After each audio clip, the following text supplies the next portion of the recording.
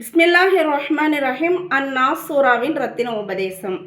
இந்த சூறாவில் ஷைத்தான்களின் இன்னும் மனிதர்களின் அனைத்து வகையான தீய தூண்டுதல்களிலிருந்து பாதுகாவல் தேடப்பட்டுள்ளன. இதனால் மனிதன் பாவங்களில் ஈடுபட்டு தன்னுடைய மறுமையை நாசமாக்கிக் கொள்கிறான்.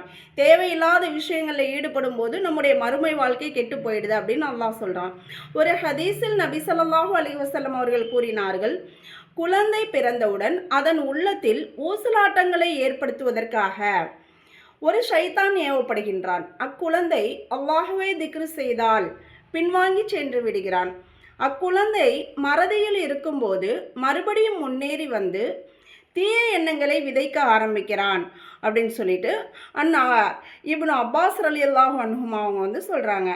இந்த ஹதீஸ் மூலம் அறிய வருவது, ஷைத்தான் மனிதர்களின் உள்ளத்தில் தீய எண்ணங்களை எப்போதும் விதைத்து கொண்டே இருப்பான். ஷைத்தான் மட்டும் அல்லாமல் மனிதர்களிலும் சிலர் உள்ளனர். அவர்களின் தூண்டுதல்களாலும் மனிதர்களின் உள்ளத்தில் பல வகையான தீய எண்ணங்களும் பாவ சிந்தனைகளும் பிறக்கின்றன. நாம சும்மா இருந்தாலும் நம்மை சுற்றி இருக்கக்கூடிய சில மனிதர்கள் நம்ம ஏதாவது ஒரு தீய விஷயங்களுக்காக தூண்டிக்கிட்டே இருப்பாங்க. அப்போ எந்த மாதிரியான மனிதர்களிடமிருந்தும் நாம் மெயினாக கவனமாக இருக்கணும்.